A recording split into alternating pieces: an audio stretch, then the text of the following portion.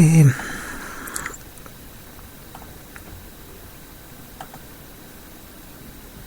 sí, bueno, sí se escucha.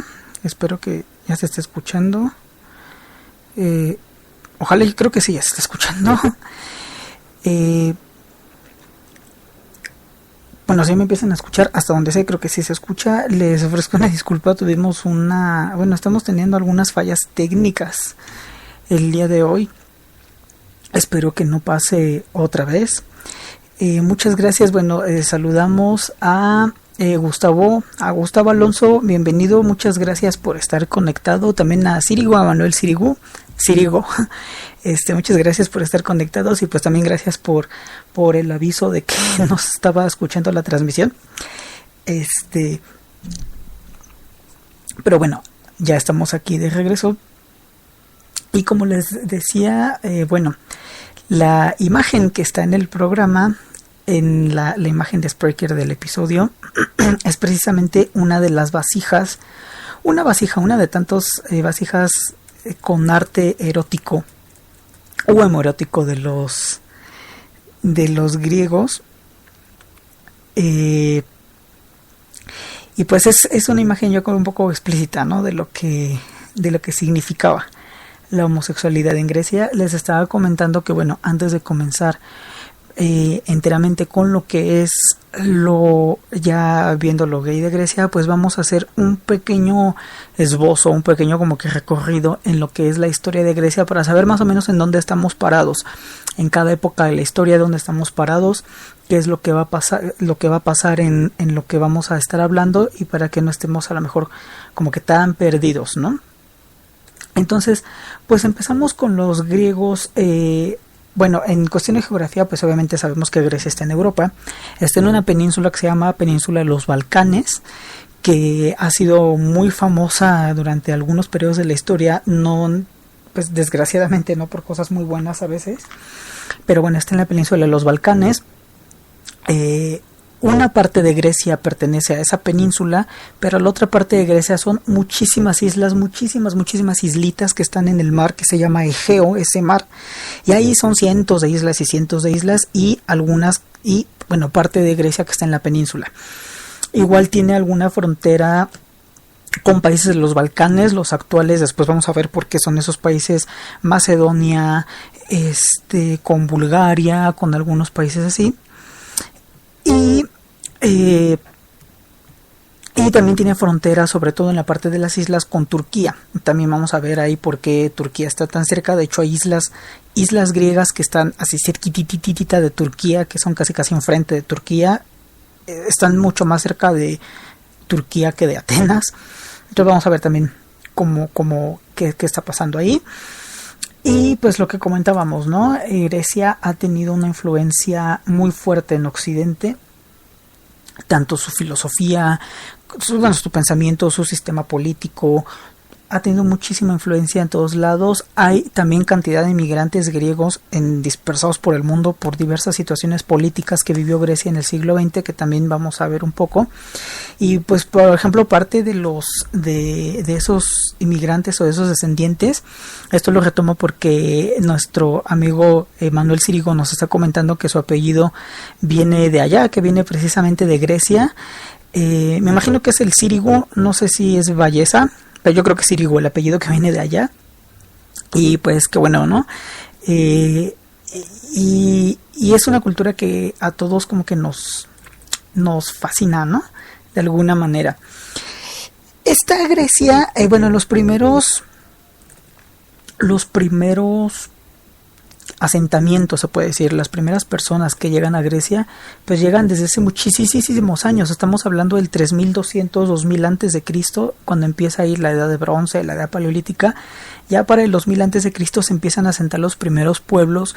Los pueblos de Grecia se denominan pueblos helénicos, o sea, no son semitas, ni eslavos, ni por ejemplo, germanos, tampoco son latinos como en el caso de los italianos, son pueblos helénicos que son los que viven ahí, y estos empiezan a llegar en el 2000, 1600 antes de Cristo, y la primera isla en donde se empiezan a asentar y la primera como brote de civilización que hay es en una isla que se llama Creta, que actualmente es una isla griega, pertenece igual al país, es una isla grande, y esa civilización se llama civilización minoica o creto-minoica.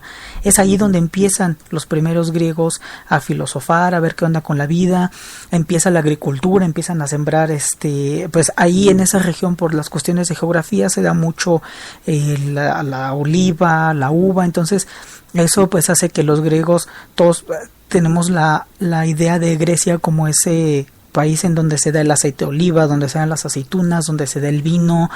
Todo eso pues es por la cuestión geográfica, ¿no?, de las islas que estamos diciendo, porque es un clima muy, pues un clima mediterráneo, o sea, un clima muy muy cálido y muy propicio para hacer ese tipo de cultivos.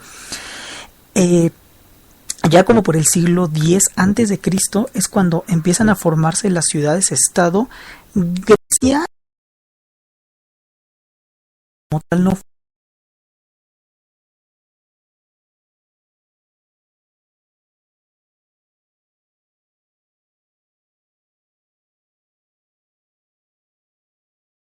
no sé, chino, cualquier cosa. No, Grecia es un... Ay, creo que otra vez ya no se oye. Ahora deja ver si ahí está.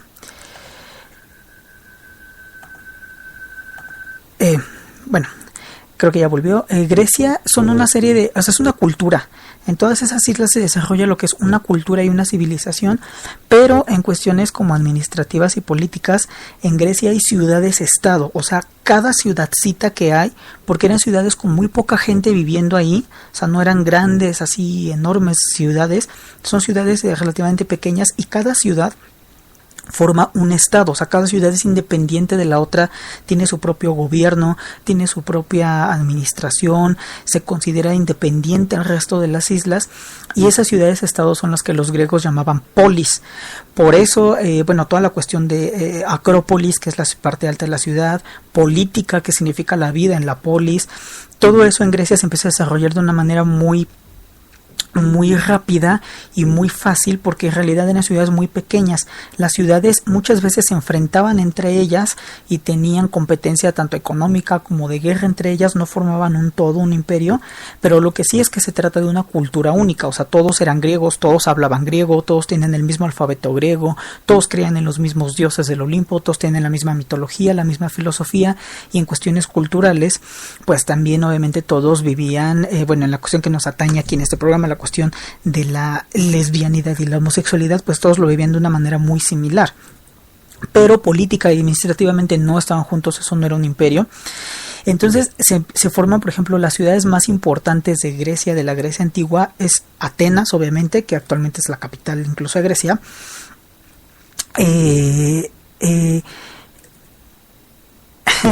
Dice Ángel Héctor, bienvenido, igual buenas noches, si es que su nombre es de allá. Pues sí, Héctor es un nombre griego, de hecho.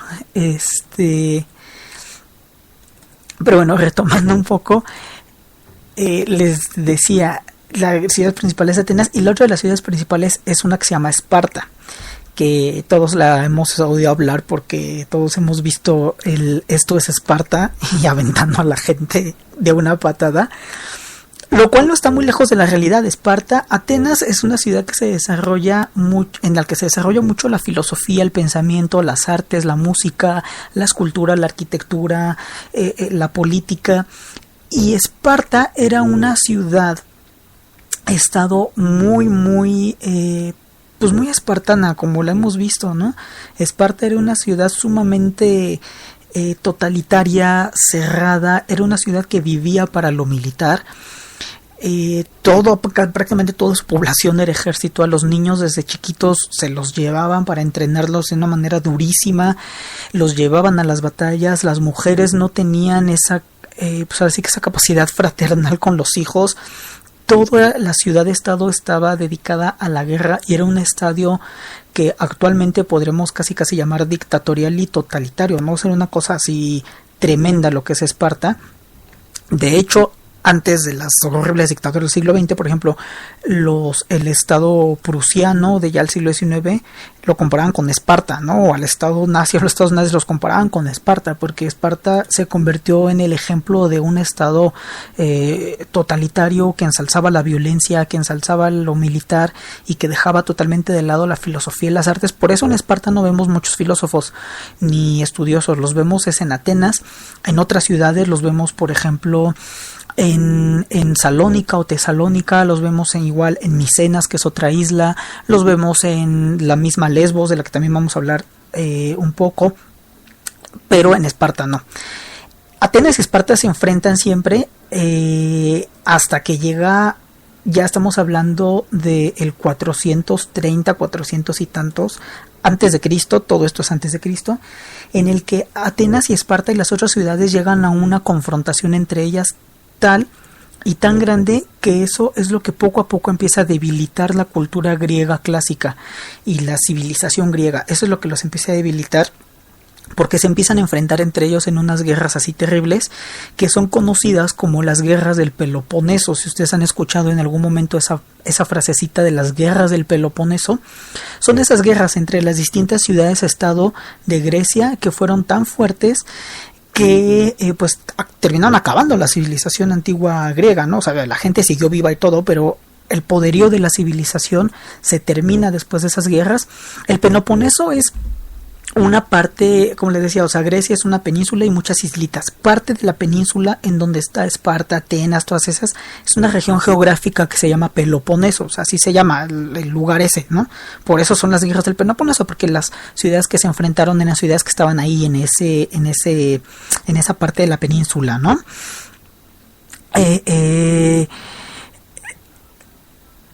Entonces, no es como nada del otro mundo, simplemente así se llaman las guerras.